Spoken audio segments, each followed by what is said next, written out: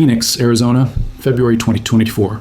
A real estate agent sits in her car outside a foreclosed home. She's been here 3 times this week. No buyers.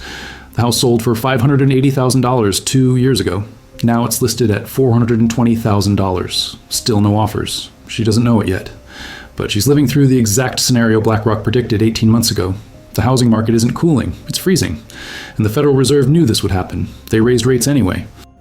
Here's what nobody's telling you. While ordinary Americans watched their home equity vanish, a small group didn't just survive. They positioned themselves to buy the wreckage at pennies on the dollar. BlackRock, Vanguard, the big players. And the playbook they're using? It's the same one from 2008. Same trap, different bait. I'm going to show you exactly how this works. I'm going to show you why the Fed's rate hikes were never about stopping inflation. And by the end, you'll understand why homeownership in America is becoming a privilege, not a right. Stay until the end. Your financial future depends on it. You need to understand something fundamental. The Federal Reserve doesn't make mistakes, they make choices.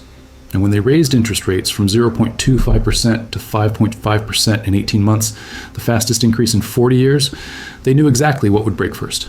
Housing. Let me explain the mechanism. In 2020 and 2021, millions of Americans refinanced their mortgages at 2.5% to 3.5%. Historic lows. These people locked in payments they could afford. But here's the trap. To sell their home and buy another one, they'd need to accept a new mortgage at 7% to 8%, double the rate, double the payment. So what happens? They can't move. They're trapped in their current home. The market freezes, inventory collapses, and anyone who needs to sell, job loss, divorce, medical emergency, they're forced to drop prices dramatically just to find a buyer. The Fed knew this. They designed it. Let's go back in time. Not far, just to 2022. Jerome Powell stands at a podium in Jackson Hole, Wyoming. He announces the Fed will do whatever it takes to crush inflation. The market crashes that day, but one sector gets hit harder than everything else.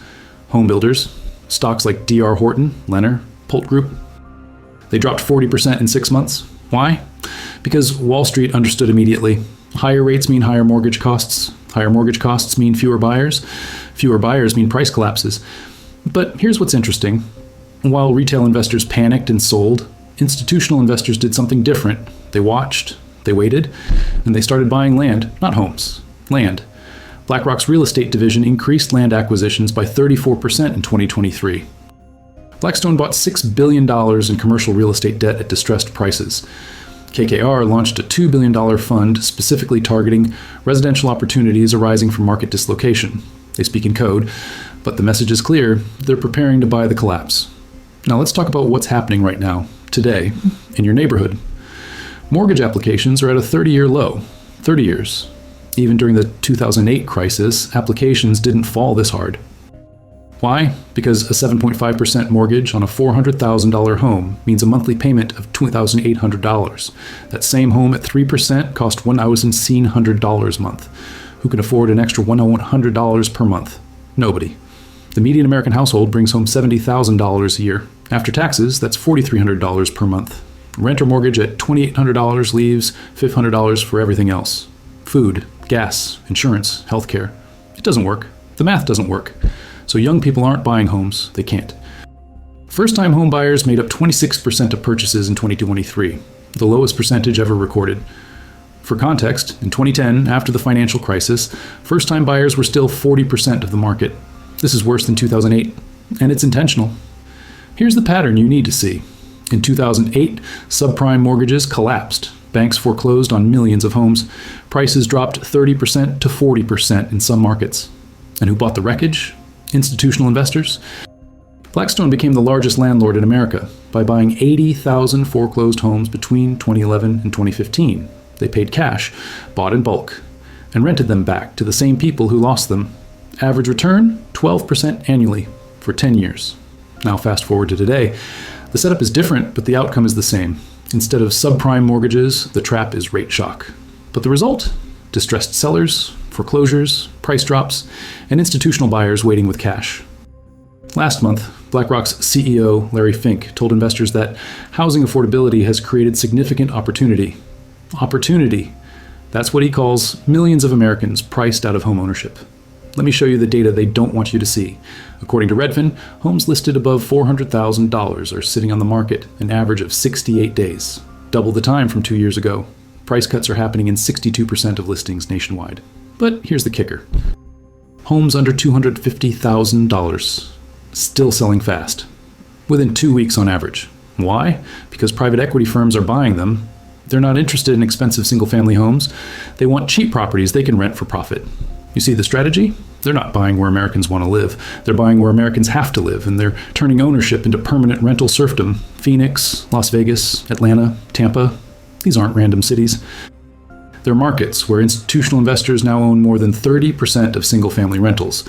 In some neighborhoods, it's over 50%. You don't own property there anymore. You rent from a corporation. Forever. Now here's where it gets darker. Let's talk about what happens next. The Fed will cut rates. Eventually. Maybe later this year. Maybe early next year. And when they do, what happens? Mortgage rates drop to 5% or 6%. Suddenly buying becomes possible again. And who will be in position to buy? Not you. Not your neighbor. Institutions. They've been raising capital for 2 years. Blackstone has $40 billion ready to deploy. Brookfield raised $30 billion. Starwood has $15 billion sitting in cash equivalents. They're waiting for the bottom. And when it hits, they'll buy thousands of homes in a single month. We know this because they already did it in 2011. And here's the genius of the trap. When institutional buyers flood the market, prices stabilize. Maybe even rise a bit. Politicians declare victory. The market is recovering. But what really happened? Ownership transferred from individuals to corporations. You don't get to buy, you get to rent, with annual increases baked into the lease. 8% this year, 10% next year. And there's nothing you can do about it, because there's no alternative. They own the supply. Let me tell you a real story. 2023, Tampa, Florida. A family, I'll call them the Johnsons, bought their home in 2019 for $285,000 at 3.5% interest. By 2022, Zillow said it was worth $450,000. They felt rich. Then medical bills hit. Unexpected cancer treatment. They needed to downsize, needed to pull equity out. So they listed the house at $440,000. No offers. They dropped to $410,000. One lowball offer at $370,000. They couldn't take it. The mortgage was $260,000. After agent fees and closing costs, $370,000 meant walking away with $80,000. Not enough to cover the medical debt and buy something else. So they pulled the listing, stayed in the house, cut every expense possible. The dad took a second job, but mortgage rates kept rising. And now they're trapped. Can't sell, can't refinance, just bleeding money slowly. Meanwhile, 3 blocks away, an institutional investor bought 4 homes in foreclosure, paid $280,000 each, renovated with cheap materials, and listed them for rent at $2,400 per month. Same neighborhood. Different outcomes. The difference? One had capital, the other had hope. Here's the uncomfortable truth. The part that makes people angry. Most Americans won't do anything with this information. They'll watch this video. They'll nod along. They'll say, makes sense. And then they'll go back to checking Zillow, hoping prices drop enough, hoping rates come down, hoping the system fixes itself. It won't. The game isn't rigged against you by accident. It's rigged by design. And hoping doesn't beat design. So here's the tactical breakdown. What you actually do right now. First, stop waiting to buy a home if you don't have 20% down and stable income. The old American dream playbook is dead. Stretching to buy at 7% rates is financial suicide. You're locking in a payment you can't afford betting on refinancing later. What if rates don't drop for 5 years? What if you lose your job in year 3? You're destroyed. Second, if you own a home with a low rate, understand what you have. You have a hedge against inflation. You have a locked cost. Don't give that up unless you absolutely must. Because once you sell, you're entering a market designed to keep you out. Third, build cash reserves. I mean serious cash. If the market crashes another 20% and you have $100,000 liquid, you can buy directly from distressed sellers. Beat the institutions on speed. But only if you have capital ready. Most people have now $200 in savings. That's nothing. You need 6 months of expenses minimum. Then you need capital to deploy. Fourth, learn how institutional buyers operate. Study their strategies. They don't bid high. They bid in volume. They close fast. They waive inspections. If you're competing with them, you need to match their speed. Better yet, find properties they don't want. Rural land, fixer-uppers that need permits. Anything that requires human judgment instead of algorithmic buying. Fifth, consider becoming a landlord strategically. If you're locked in at 3% on your current home and you can afford to buy a cheap rental property, that's asymmetric risk. Rent covers the mortgage. You own 2 properties. When the market recovers, you have double the equity. but only if you can afford both payments during a vacancy. Don't stretch. Now let's talk about the assets that actually protect you in this scenario. Real estate, only if you bought before 2022. If you're buying now, you're catching a falling knife. Stocks, maybe. But housing crashes usually trigger broader market crashes, so timing matters. Gold? Good. But you can't live in gold. And landlords don't accept gold for rent. Here's what actually works. Income. Not passive income, real income. Skills that pay in any market. Because when housing collapses, rent still comes due, food still costs money, and if you can't pay, you're out. The Germans who survived Weimar had skills foreigners paid for. The Americans who survived the Depression had trades people needed. The Argentinians surviving today's inflation work remotely for US companies. Income that crosses borders. Income that doesn't collapse with local markets. Income that makes you anti-fragile. Let me give you one more data point. Last week, BlackRock filed paperwork to expand its residential real estate fund by $12 billion. $12 billion? They're not doing that because they think housing will crash and stay crashed. They're doing it because they know the crash creates the opportunity. And when rates eventually drop, they'll own 10% of the rental market, then 15%, then 20%. You want to know the end game? Look at Germany. 60% of people rent. Corporations own most housing stock. Homeownership is for the wealthy. America is 15 years behind that curve, and the Fed's rate policy just accelerated the timeline. Here's the question you should be asking.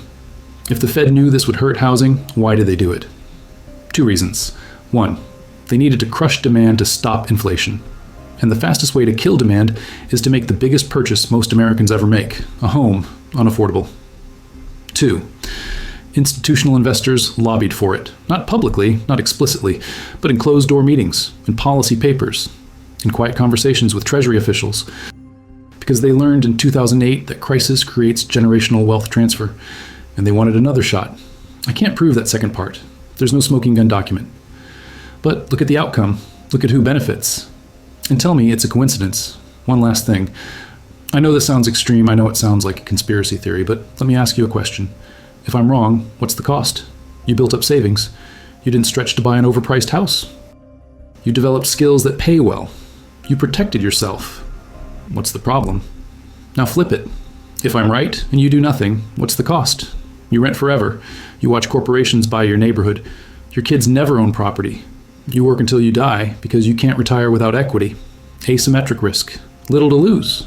Everything to gain. That's survivor logic. That's how you navigate collapse. The housing market isn't cooling. It's being transferred. From individuals to institutions, from owners to renters, from Americans to corporations that exist only on paper in Delaware. BlackRock didn't cause this, but they saw it coming, and they positioned themselves to profit from it. The Fed's rate trap worked exactly as designed. It broke affordability. It froze the market, and it created the opportunity for the largest transfer of residential real estate in American history. The only question is whether you're going to be a victim or a survivor. Subscribe to this channel, turn on notifications, because the next videos are going to show you exactly how to build each piece of this survival plan, how to buy distressed property before institutions do, how to generate income that survives a housing crash, how to build wealth when home ownership becomes impossible, how to protect yourself when the system is rigged against you. This isn't theory. This is the survival manual, and whoever learns it first gets the advantage. See you in the next video. And remember, the crash isn't coming. It's already here. The only question is whether you'll be ready when the bottom falls out.